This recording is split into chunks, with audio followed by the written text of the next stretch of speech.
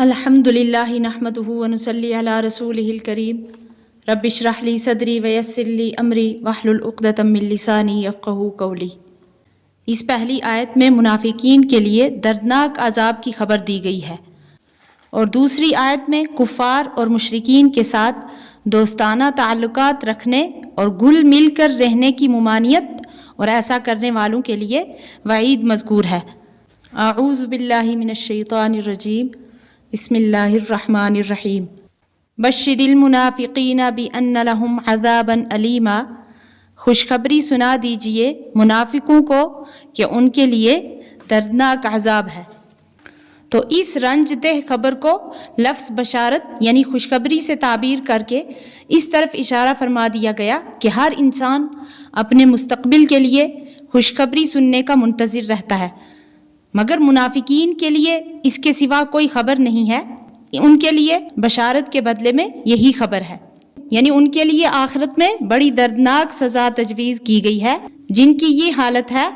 کہ عقائد تو اہل ایمان کے رکھتے نہ تھے مگر وضع بھی اہل ایمان کی نہ رکھ سکے۔ چنانچہ اللہ تعالیٰ فرماتے ہیں الذین یتخذون الکافرین، وہ جو بناتے ہیں کافروں کو اولیاء دوست، من دون المؤمنین مسلمانوں کو چھوڑ کر، ایبتغون عندهم العزت فإن العزت للہ جمیعا، کیا ڈھونڈتے ہیں ان کے پاس عزت، بس عزت تو اللہ ہی کے لیے ہے ساری۔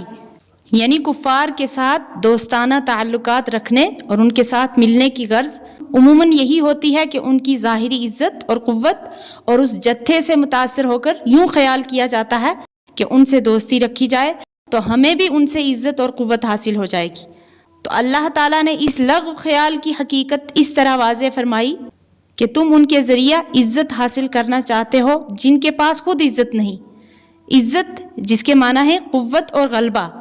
وہ صرف اللہ تعالیٰ کے لیے مخصوص ہے، اور مخلوق میں سے جس کسی کو کبھی کوئی قوت اور غلبہ ملتا ہے وہ سب اللہ تعالیٰ کا دیا ہوا ہے۔ تو کس قدر بے عقلی ہوگی کہ عزت حاصل کرنے کے لیے اصل عزت کے مالک اور عزت دینے والے کو تو ناراض کیا جائے اور اس کے دشمنوں کے ذریعہ عزت حاصل کرنے کی کوشش کی جائے۔ اور اس اگلی آیت میں اللہ تعالیٰ مسلمانوں کو ہدایت فرما رہے ہیں کہ اے مسلمانوں، دیکھو تم منافقین کی طرح کفار کے ساتھ خصوصیت مت رکھنا، خاص کر جس وقت وہ کفریات کا تذکرہ کرتے ہوں۔ چنانچہ ارشاد فرمایا وَقَدْ نَزَّلَ عَلَيْكُمْ فِي الْكِتَابِ، اور حکم اتار چکا تم پر قرآن میں، ان اذا سمعتم آیات اللہ یکفر بہا ویستہزأ بہا، کہ جب سنو اللہ کی آیتوں پر انکار ہوتے اور ہنسی ہوتے،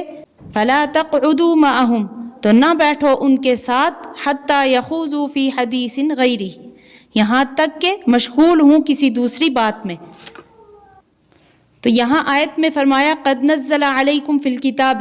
یعنی قرآن مجید کی ایک اور آیت کا جو سورہ انعام میں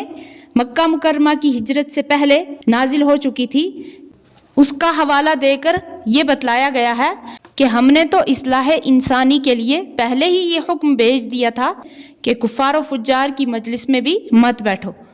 اور تعجب ہے کہ یہ غافل لوگ اس سے بھی آگے بڑھ گئے کہ ان سے دوستی کرنے لگے اور ان کو عزت اور قوت کا مالک سمجھنے لگے۔ تو سورہ نساء کی اس آیت اور سورہ انعام کی وہ آیت جس کا حوالہ سورہ نساء میں دیا گیا ہے، دونوں کا مفہوم مشترک یہ ہے کہ اگر کسی مجلس میں کچھ لوگ اللہ تعالیٰ کی آیات کا انکار یا ان پر مذاق کر رہے ہوں تو جب تک وہ اس بیہودہ کام میں لگے رہیں ان کی مجلس میں بیٹھنا اور شرکت کرنا بھی حرام ہے۔ تو اس آیت سے ثابت ہوا کہ جس مجلس میں کوئی گناہ ہو رہا ہو تو مسلمانوں پر لازم ہے کہ اگر اس کو روکنے کی طاقت ہو تو قوت کے ساتھ روک دے، اور یہ طاقت نہیں ہے تو کم از کم اس گناہ سے اپنی ناراضگی کا اظہار کرے، جس کا ادنیٰ درجہ یہ ہے کہ اس مجلس سے اٹھ جائے۔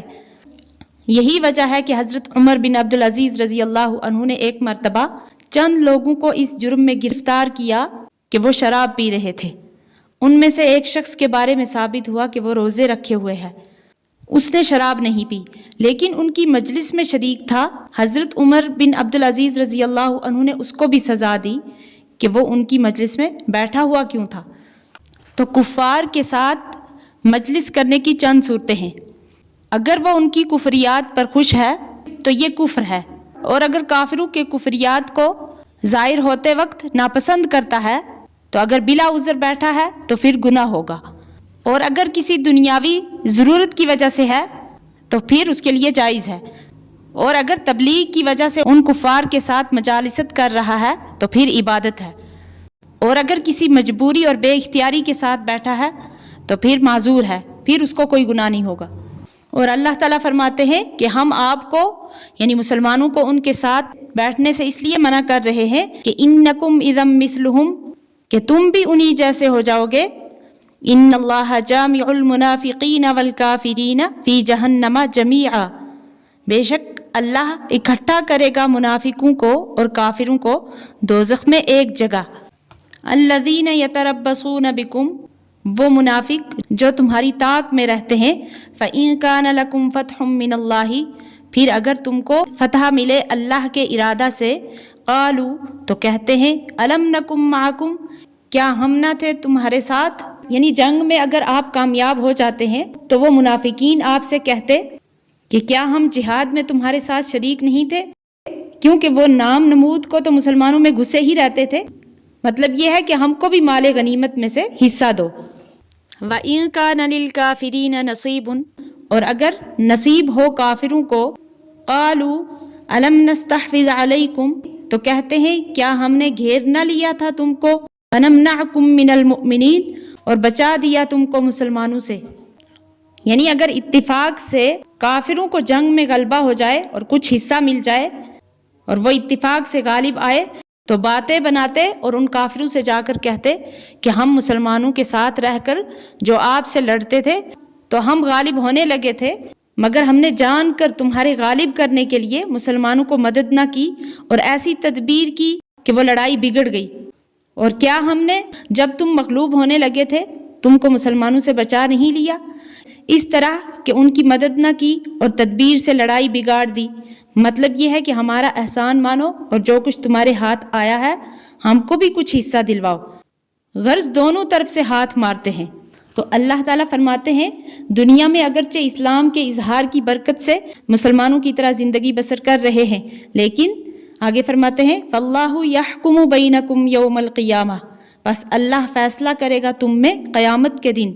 وَلَن يَجْعَلَ اللَّهُ لِلْكَافِرِينَ عَلَى الْمُؤْمِنِينَ سَبِيلًا، اور ہرگز نہ دے گا اللہ کافروں کو مسلمانوں پر غلبہ، بلکہ کفار مجرم قرار پا کر دوزخ میں جائیں گے اور مسلمان اہل حق ثابت ہو کر جنت میں جائیں گے۔ اللہ تعالیٰ صحیح عمل کرنے کی توفیق عطا فرمائے، آمین۔